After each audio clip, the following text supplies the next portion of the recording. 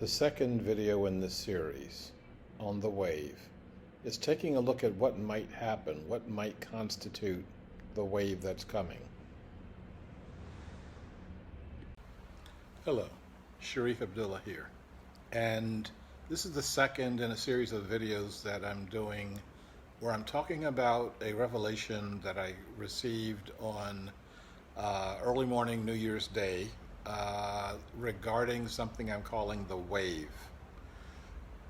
To encapsulate it, over the next 3 to 6 months, we are going to be experiencing the first shifts in a profound global consciousness manifestation.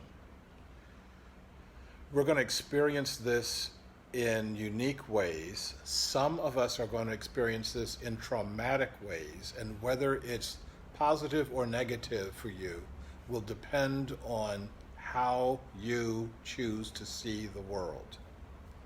I don't know what's going to happen. No one knows what's going to happen.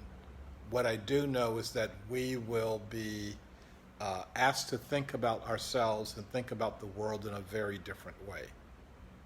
So while I don't know what's going to happen, I can give you some indications of what's about to go on. As I said in the earlier video, we're going to be experiencing events for which there is no human precedence. That we have seen revolutions come and go, so it won't be a revolution. We have seen economic upturns and downturns, so it's not going to be an economic upturn or downturn.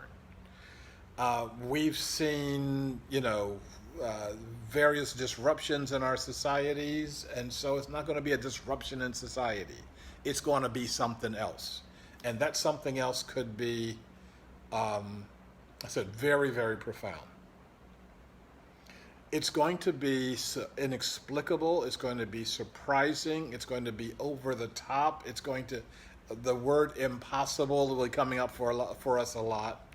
And we're going to be asked to deal with that which seems to be impossible for us.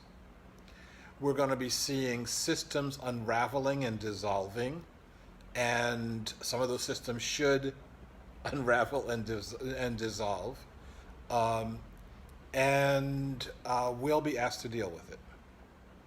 Some of the things that I believe that we'll be seeing is increased synchronicities, and many of you know what I'm talking about. When you think about a person, and then boom, they call you. You are expecting a contact from someone, and bow, they contact you. And these things come out of the blue. You can't plan them, etc. What happens if this is not isolated events, but what happens when it's happening all the time?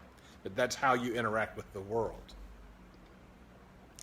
We're going to be experiencing greater coherence, I believe. Now, what that means for those of us who already believe that we are one is we're going to see a lot of proof of that. What does that mean for those who are invested in I am separate?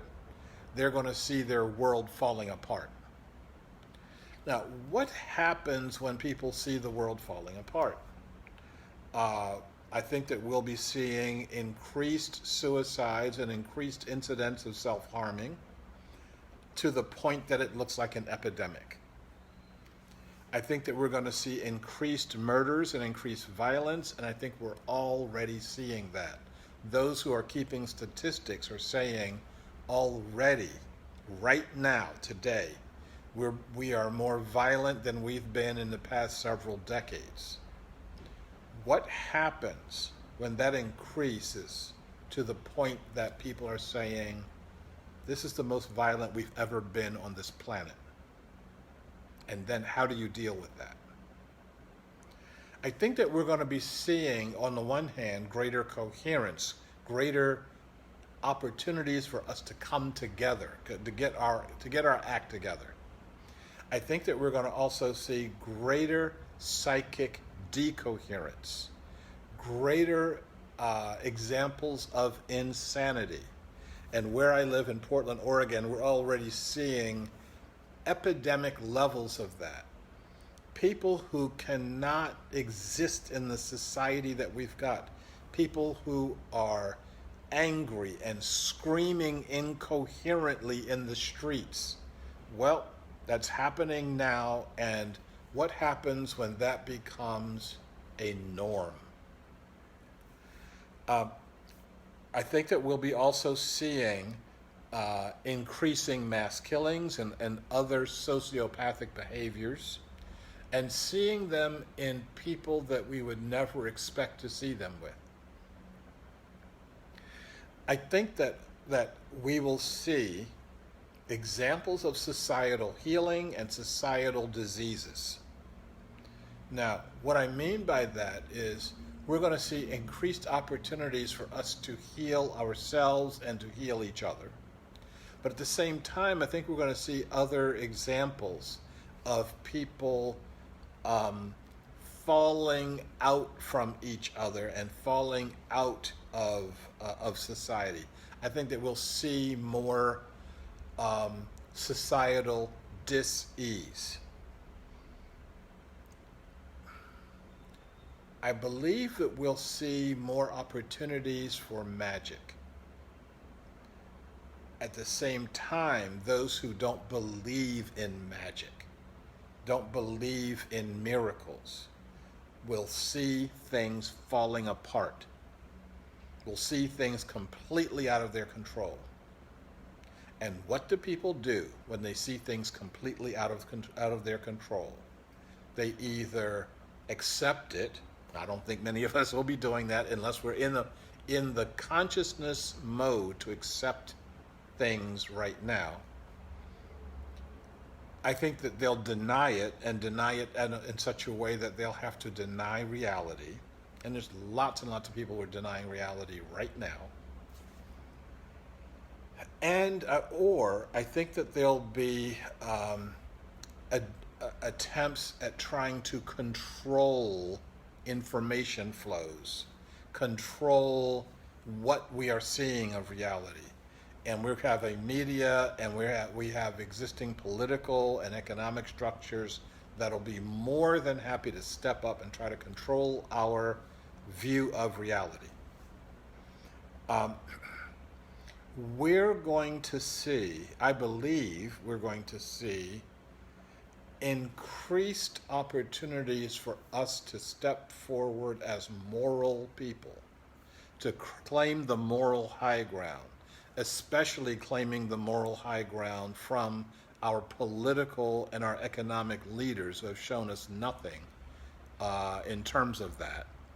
And when I say leaders, I mean the left and the right, the Democrats and the Republicans, the neocons and the neo-left, and all the other folks who are on that spectrum. All the people who want to blame our problems on someone else, guess what? They don't get to do that anymore, and we get to be, the people who are able to be mindful, will get to be the leaders of a new society. We're going to see increased levels of collective stupidity. At the same time, I think that we're going to see increased levels of collective mindfulness, where mindfulness becomes easier for us. I think that we're going to see increased levels of collective immorality, where our morals, the morals that we have as human beings, are going to be tested. And in the face of that, I think that we will step up, step forward, or step back into control, and step back into trying to figure out how to make money on whatever is happening in the wave. As I said in the overview, we're going to have 3 different ways that we approach the wave, I believe.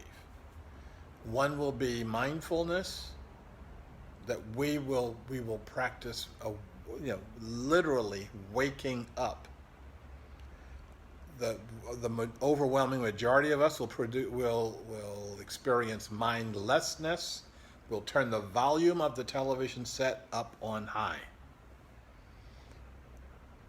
And there's a small group of us, our old style leaders, who are going to simply try to control everything and suppress information, suppress behavior, control the situation, and it won't work.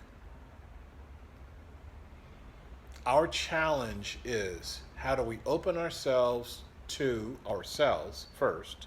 How do we open ourselves to each other in community? And how do we open ourselves to the earth and to the divine?